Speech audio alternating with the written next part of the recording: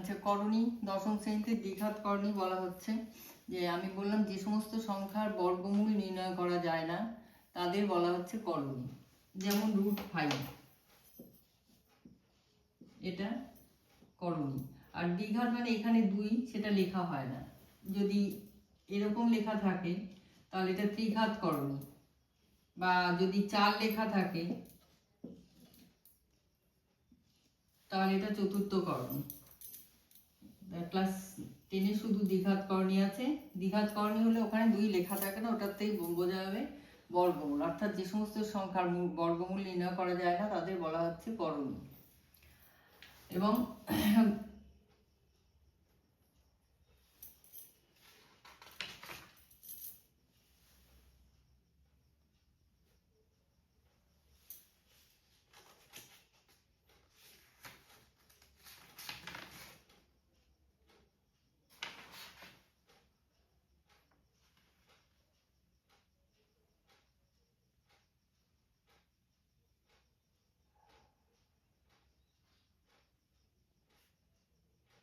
থাকে সেটাকে বলে হচ্ছে শুদ্ধ দ্বিঘাত করণী। শুদ্ধ দ্বিঘাত করণী। আর যদি ধরো 2 + √3 এরকম যেই থাকে, বা 3 + 2√7 এরকম থাকে, এদের বলা হয় মিশ্র দ্বিঘাত করণী। মিশ্র দ্বিঘাত করণী মানে দুরকম মিশিয়ে আছে।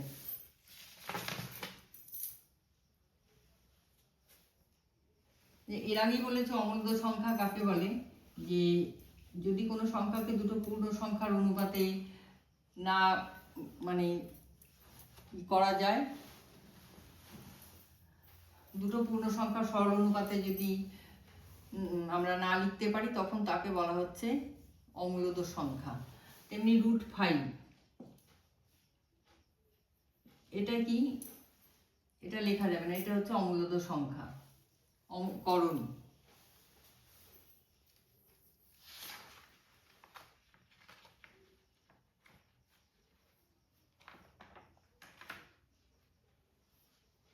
আর করণীর যোগফল যদি একই রকম হয়, অঙ্ক করতে করতে দেখবে যদি একই রকম হয় মানে সদৃশ হয় তখন যোগ করা যাবে, না হলে যোগ করা যাবে না।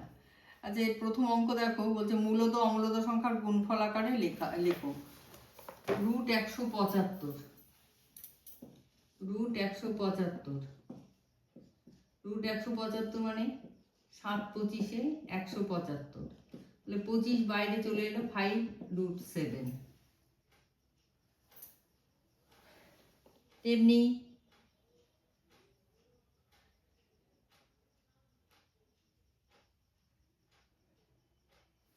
ধরো √108, 108 মানে হচ্ছে 36 × 3, 36 মানে 6 বেরিয়ে এলো, 6√3। এইভাবে এটা বের করতে হবে। পরের অঙ্ক হচ্ছে প্রমাণ করো যে √108 - √175 বামপক্ষ সমান √175, না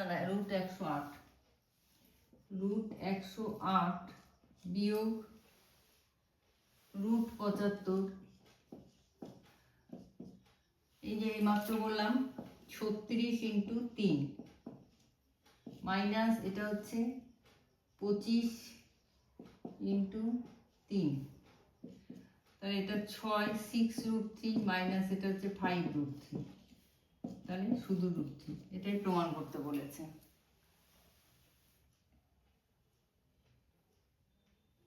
এইভাবে বাকিগুলো করবে। আমি 5-এর অঙ্কটা করে দিচ্ছি। সরলতম মান নির্ণয় করো। সরলতম মান নির্ণয় করো। √12 প্লাস √18 প্লাস √27 মাইনাস √32।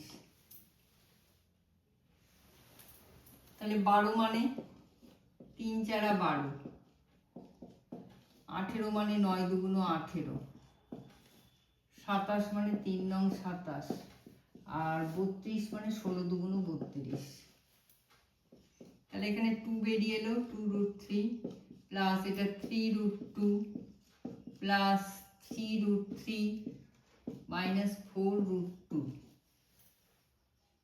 তাহলে এটা হচ্ছে যেরকম যেগুলো মিলে যাবে সেটা যোগ হবে। এটা 3 2 5√3 আর এটা মাইনাস √2, এই সরলতম মান।